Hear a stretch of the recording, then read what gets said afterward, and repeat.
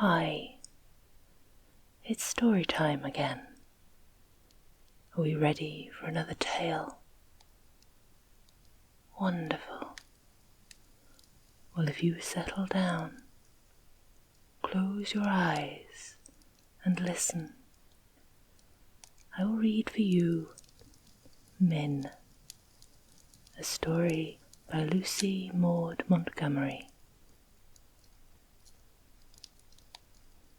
The morning sun hung a red, lustrous ball in the dull grey sky.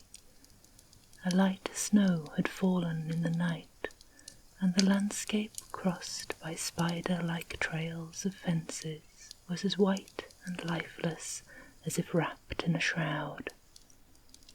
A young man was driving down the road to Reichmann's Corner.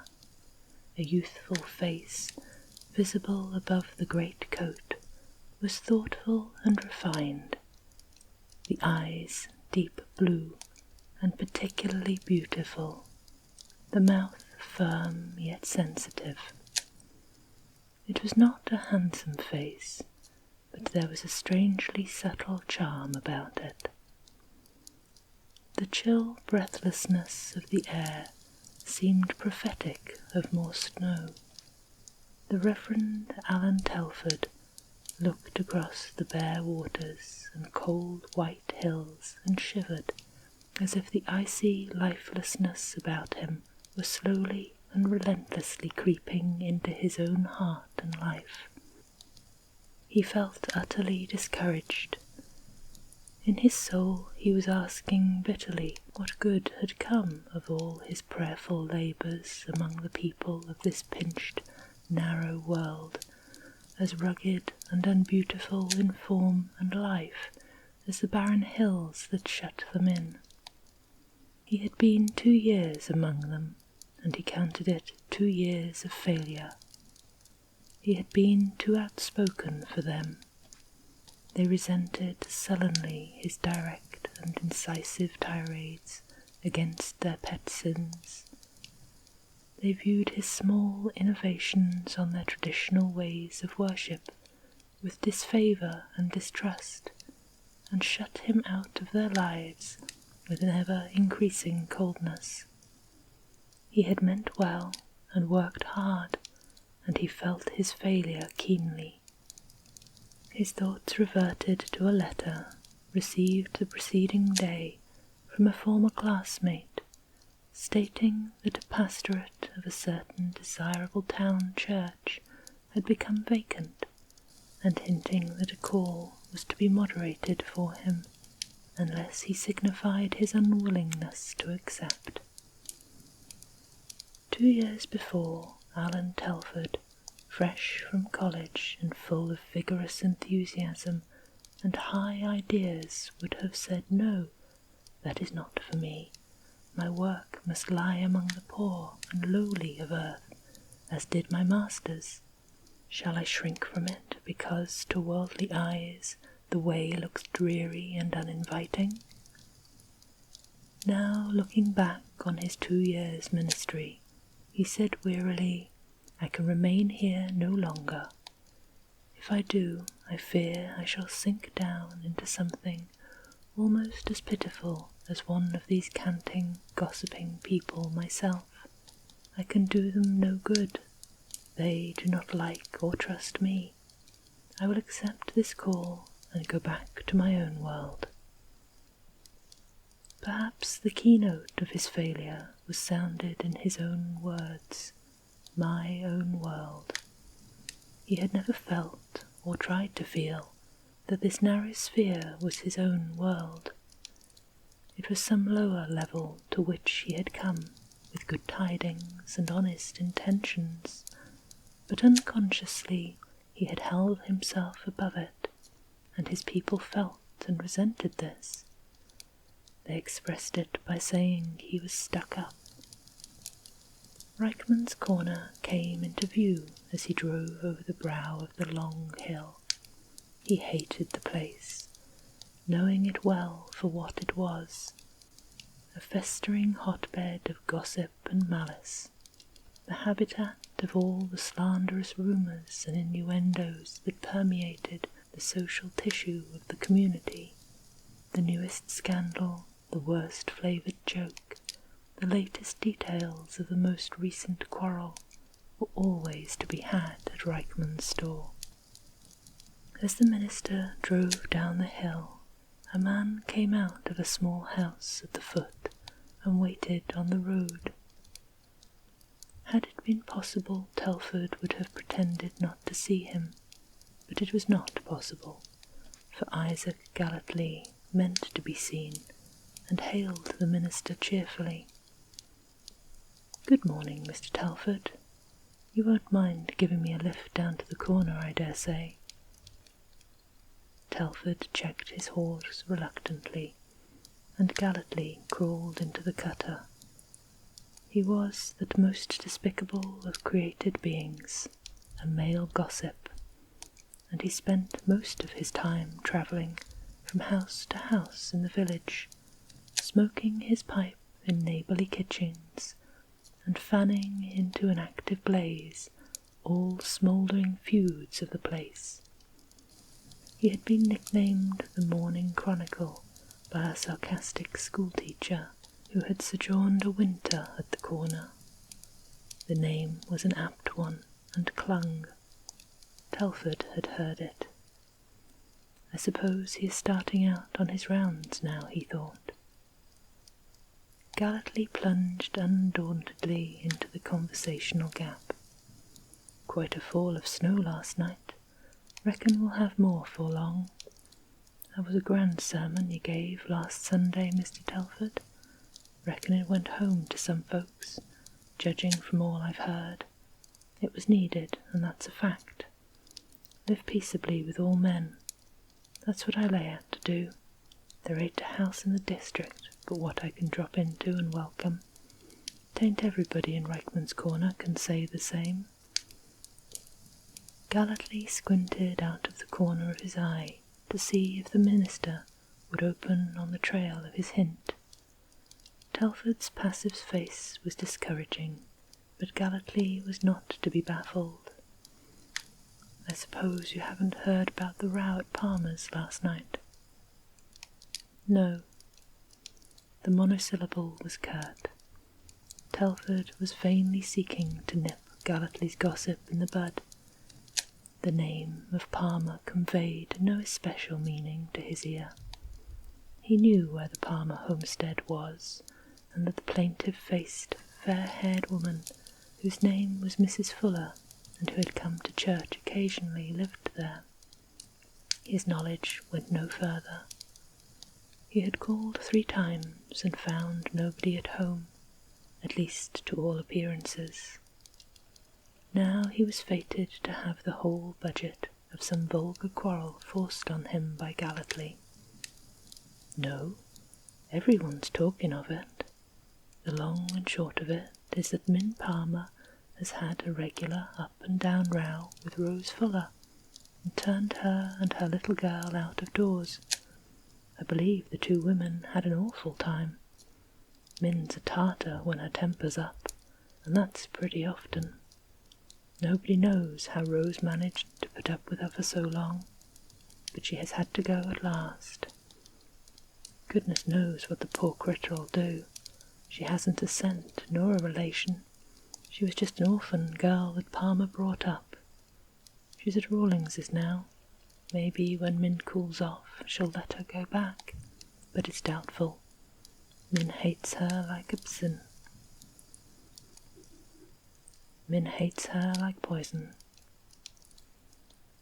To Telford this was all very unintelligible, but he understood that Mrs. Fuller was in trouble of some kind, and that it was his duty to help her if possible, although he had an odd and unaccountable aversion to the woman, for which he had often reproached himself.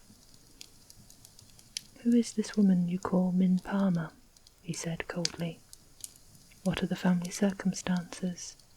I ought to know, perhaps, if I am to be of any service, but I have no wish to hear idle gossip." His concluding sentence was quite unheeded by Gallatly. Min Palmer's the worst woman in Reichman's Corner, or out of it. She's always an odd one. I mind her when she was a girl, a saucy, black-eyed baggage she was. Handsome, some folks called her. I never could see it. Her people were a queer crowd, and Min was never brung up right. Just let her in wild all her life. Well, Rod Palmer took to dancing attention on her. Rod was a worthless scamp. Old Palmer was well off, and Rod was his only child. But this Rose lived there and kept house for them after Miss Palmer died. She was a quiet, well-behaved little creature. Folks said the old man wanted Rod to marry her. Dunno if it was so or not. In the end, howsomever, he had to marry Min. Her brother got after him with a horsewhip, you understand. Old Palmer was furious, but he had to give in, and Rod brought her home. She was a bit sobered down by her trouble, and lived quiet and sullen-like at first. Her and Rod fought like cat and dog. Rose married Osh Fuller, a worthless, drunken fellow. He died in a year or so, and left Rose and her baby without a roof over their heads. Then old Palmer went and brought her home. He set great store by Rose, and he couldn't bear Min. Min had to be civil to Rose as long as old Palmer lived. Finally Rod up and died, and 'twasn't long before his father went too. Then the queer part came in. Everyone expected he'd provide well for Rose, and Min come in second best. But no will was to be found. I don't say but what it was all right, mind you. I may have my own secret opinion, of course. Old Palmer had a regular mania, as you might say, for making wills. He'd have a lawyer out from town every year and have a new will made and the old one burnt. Lawyer Bill was there and made one about 8 months before he died. It was supposed he destroyed it and then died before he'd had time to make another one. He went off awful sudden. Anyway, everything went to Min's child. To Min, as you might say. She's been boss. Rose still stayed on there, and Min let her, which was more than folks expected of her. But she's turned her out at last. Min's in one of her tantrums now, and 'tain't safe to cross her path. "What is Mrs. Fuller to do?" asked Telford anxiously. "That's the question. She's sickly, can't work much, and then she's a leetle gal. Min was always jealous of that child. It's a real pretty, smart little creature, and old Palmer made a lot of it. Min's own is an awful-looking thing, a cripple from the time it was born. There's no doubt it was judgment on her. As for Rose, no doubt the God of the widow and fatherless will provide for her." In spite of his disgust, Telford could not repress a smile at the tone, half whine, half snuffle, with which gallantly ended up. "I think I had better call and see this Mrs. Palmer," he said slowly. "'Twould be no earthly use, Mr. Telford. Min slammed the door in your face if she knew nothing worse. She hates ministers and everything that's good. She hasn't darkened a church door for years. She never had any religious tendency to begin with, and when there was a scandal about her, old Mr. Dinwoodie, our pastor then, a godly man, Mr. Telford, he didn't hold no truck with evildoers. He went right to her to reprove and rebuke her for her sins. Min, she flew at him. She vowed then she'd never go to church again, and she never has. People hereabouts has talked to her and tried to do her good, but it ain't no use. Why, I've heard that woman say there was no God. It's a fact, Mr. Telford, I have. Some of our ministers has tried to visit her. They didn't try it more than once. The last one, it was about your heft. He got a scare, I tell you. Min just caught him by the shoulder and shook him like a rat. Didn't see it myself, but Mrs. Rawlings did. You ought to hear her describing of it." Gallantly chuckled over the recollection, his wicked little eyes glistening with delight. Telford was thankful when he reached the store. He felt that he could not endure this man's society any longer. Nevertheless, he felt strangely interested. This Min Palmer must at least be different from the rest of the Cornerites, if only in the greater force of her wickedness. He almost felt as if her sins on the grand scale were less blameworthy than the petty vices of her censorious neighbours. Gallantly eagerly joined the group of loungers on the dirty, wet platform, and Telford passed into the store. A couple of slatternly women were talking to Mrs. Reichman about the Palmer row. Telford made his small purchases hastily. As he turned from the counter, he came face to face with a woman who had paused in the doorway to survey the scene with an air of sullen scorn. By some subtle intuition, Telford knew that this was Min Palmer. The young man's first feeling was one of admiration for the woman before him, who, in spite of her grotesque attire and defiant, unwomanly air, was strikingly beautiful. She was tall, and not even a man's rugged overcoat which she wore could conceal the grace of her figure. Her abundant black hair was twisted into a sagging knot at her neck, and from underneath the old fur cap looked out a pair of large and brilliant black eyes, heavily lashed and full of a smouldering fire. Her skin was tanned and coarsened, but the warm crimson blood glowed in her cheeks with a dusky richness, and her face was a perfect oval, with features chiselled in almost classic regularity of outline. Telford had a curious experience at that moment. He seemed to see, looking out from behind his external mask of degraded beauty, the resemblance of what this woman might have been under more favouring circumstances of birth and environment, wherein her rich, passionate nature, potent for either good or evil, might have been trained and swayed aright until it had been developed grandly out into the glorious womanhood of the Creator that must have been planned for her. He knew, as if by revelation, that this woman had nothing in common with the narrow, self-righteous souls of Reichman's corner. Warped and perverted though her nature might be, she was yet far nobler than those who sat in judgment upon her. Min made some scanty purchases and left the store quickly, brushing unheedingly past the minister as she did so. He saw her step on a rough wood sleigh and drive down the river road. The platform loungers had been silent during her call, but now the talk bubbled forth anew. Telford was sick at heart as he drove swiftly away. He felt for Min Palmer a pity he could not understand or analyse. The attempt to measure the gulf between what she was and what she might have been hurt him like a stab of a knife.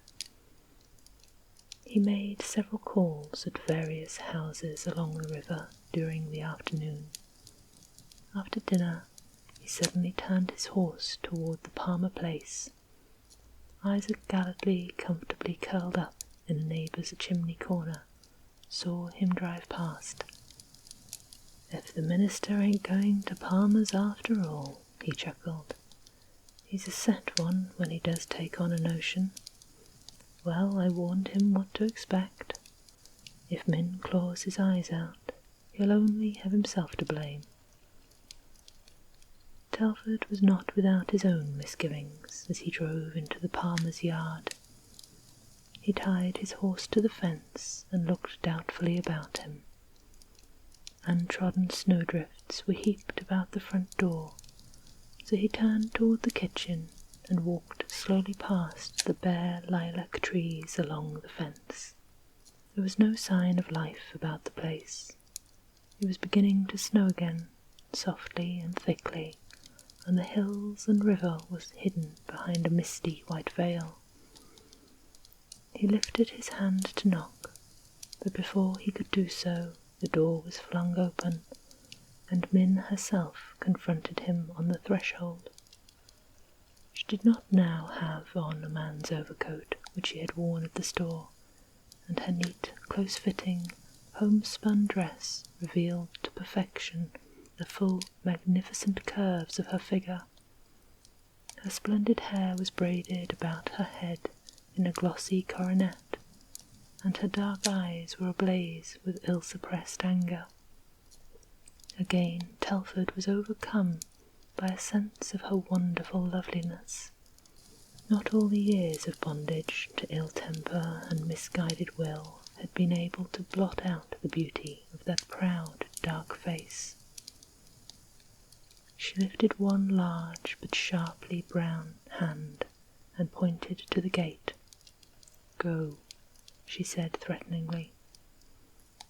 "Mrs. Palmer," began Telford, but she silenced him with an imperious gesture. "I don't want any of your kind here. I hate all you ministers. Did you come here to lecture me? I suppose some of the corner saints sent you here on me. You'll never cross my threshold." Telford returned her defiant gaze unflinchingly. His dark blue eyes, magnificent in their power and sweetness, looked gravely, questioningly into Min's stormy orbs. Slowly the fire and anger faded out of her face and her head drooped.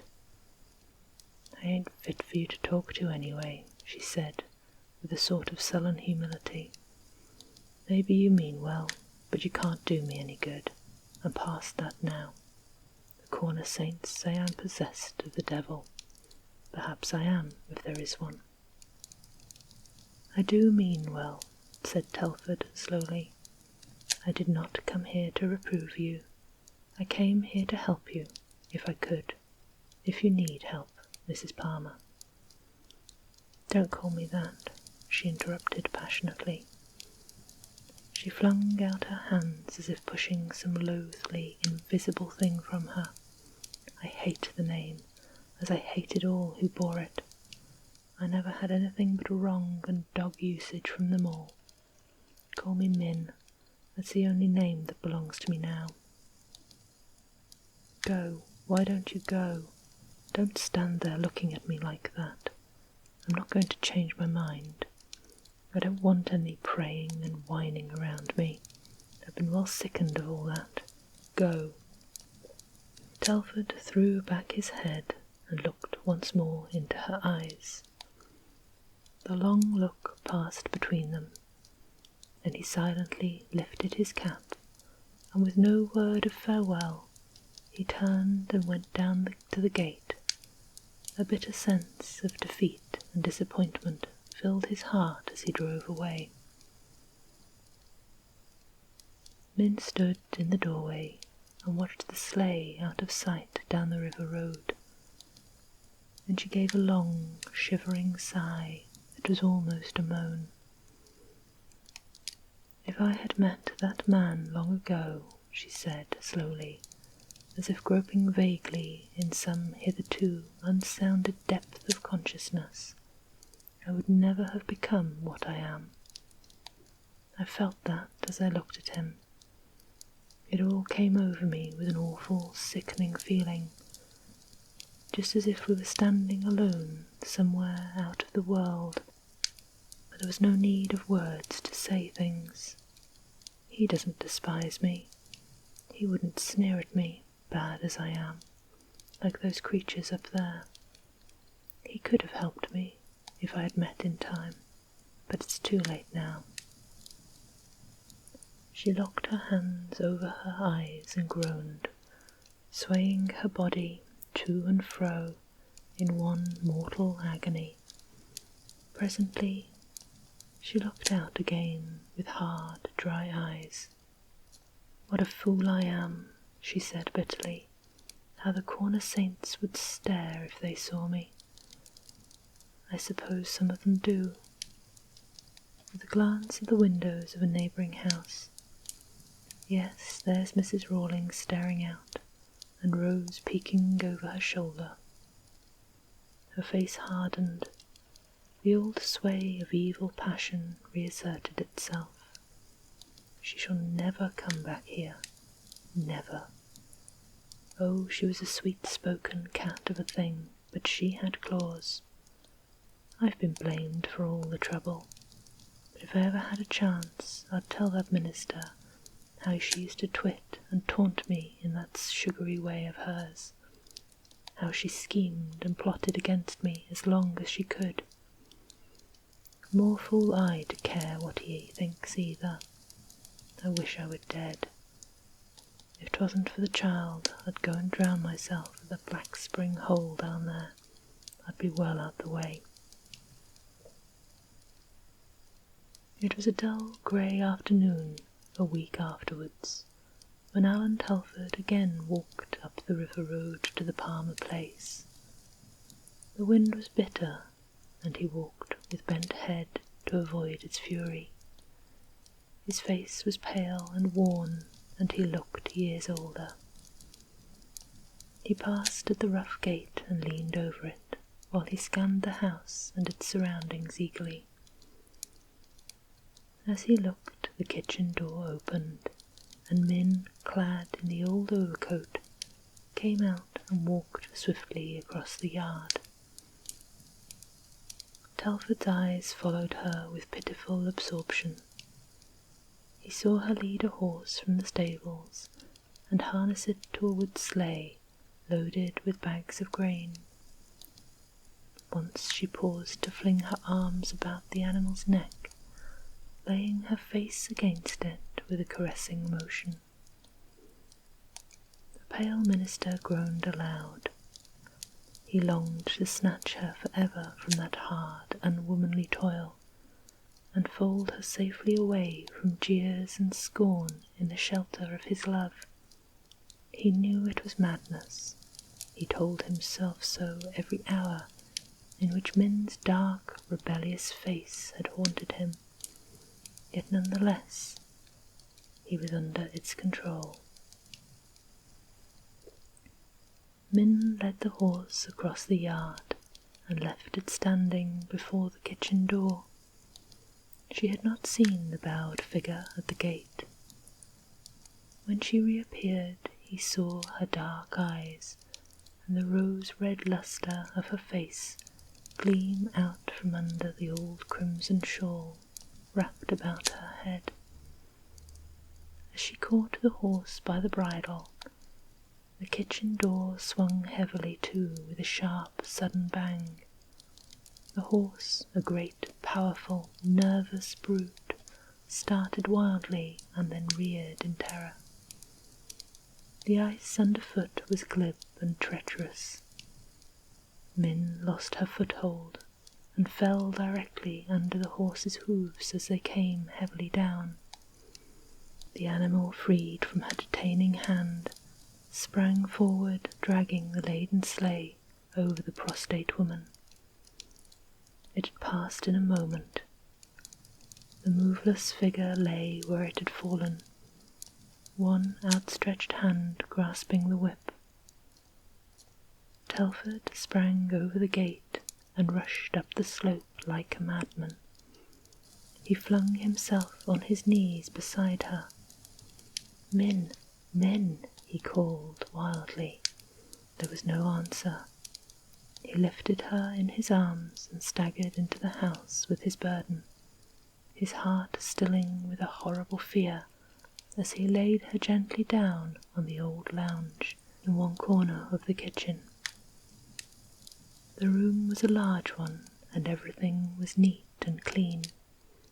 The fire burned brightly, and a few green plants were in blossom by the southern window.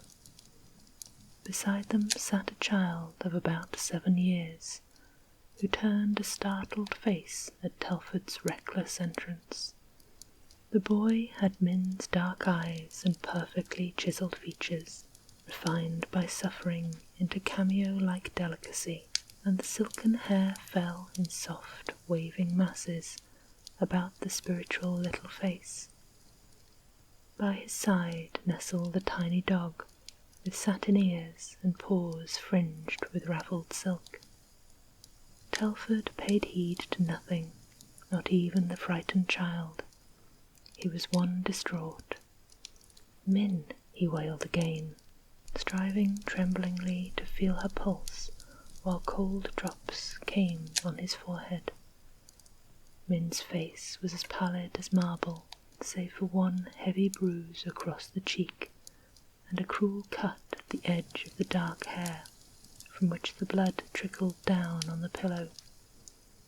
She opened her eyes wonderingly at his call, looking up with a dazed, appealing expression of pain and dread.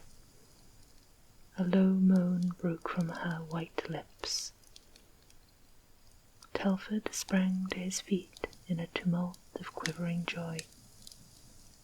"Min, dear," he said gently, "you have been hurt, not seriously, I hope. I must leave you for a minute while I run for help. I will not be long." "Come back," said Min in a low but distinct tone. He paused impatiently. "It's of no use to get help," Min went on calmly. "I'm dying, I know it. Oh, my God." She pressed her hand to her side and writhed. Telford turned desperately to the door. Min raised her arm. "Come here," she said resolutely. He obeyed mutely. She looked up at him with bright, unquailing eyes. "Don't you go one step. Don't leave me here to die alone. I'm past help, and I've something to say to you. I must say it, and I haven't much time." Telford hardly heeded her words in his misery. "Min, let me go for help. Let me do something," he implored her. "You must not die. You must not." Min had fallen back, gasping on the blood-stained pillow. He knelt beside her and put his arms about the poor crushed body. "I must hurry," she said faintly. "I can't die with it on my mind.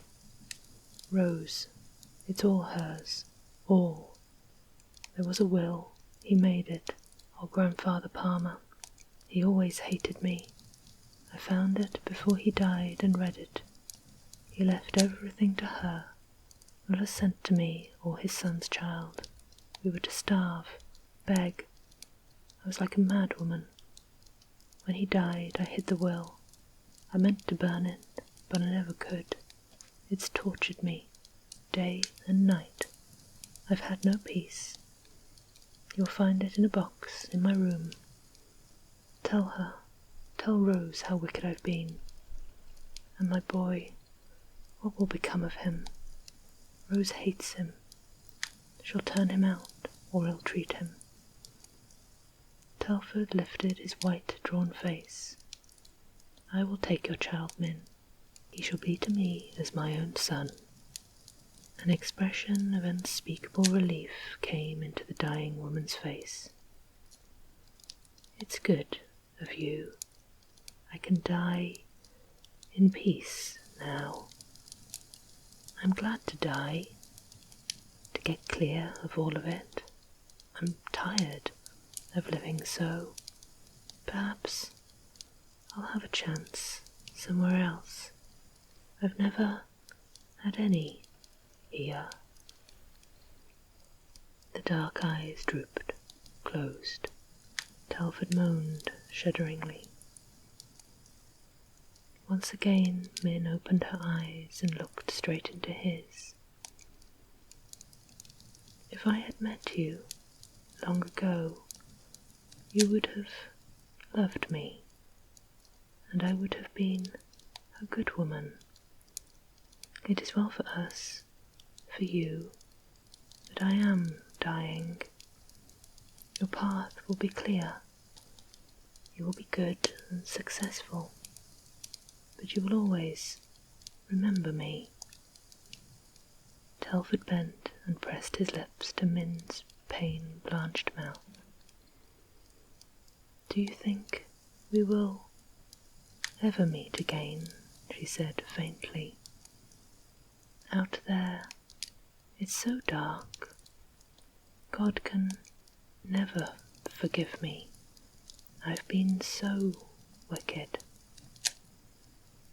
"Min, the all-loving Father is more merciful than man. He will forgive you if you ask him, and you will have to wait for me till I come. I will stay here and do my duty. I will try hard." His voice broke. Min's great black eyes beamed out on him with passionate tenderness. The strong, deep, erring nature yielded at last. An exceedingly bitter cry rose from her lips. "Oh, God, forgive me, forgive me." And with the cry, the soul of the poor, suffering, sinned against Min Palmer fled. Who shall say whither?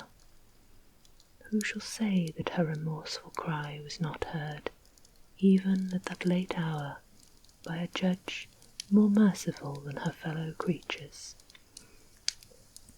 Telford still knelt on the bare floor, holding in his arms the dead form of the woman he loved, his and all his, in death as she could never have been in life. Death had bridged the gulf between them. The room was very silent.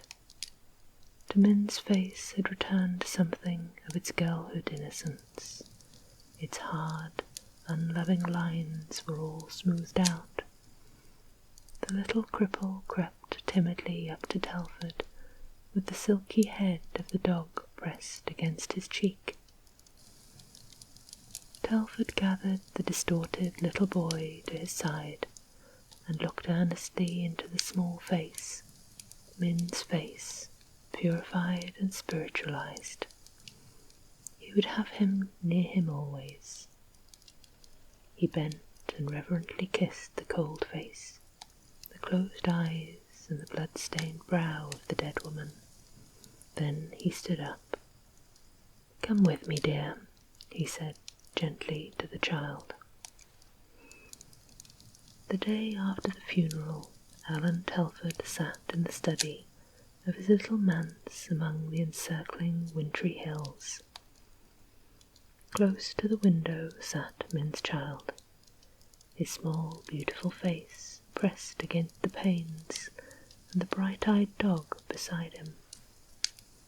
Telford was writing in his journal. "I shall stay here, close to her grave.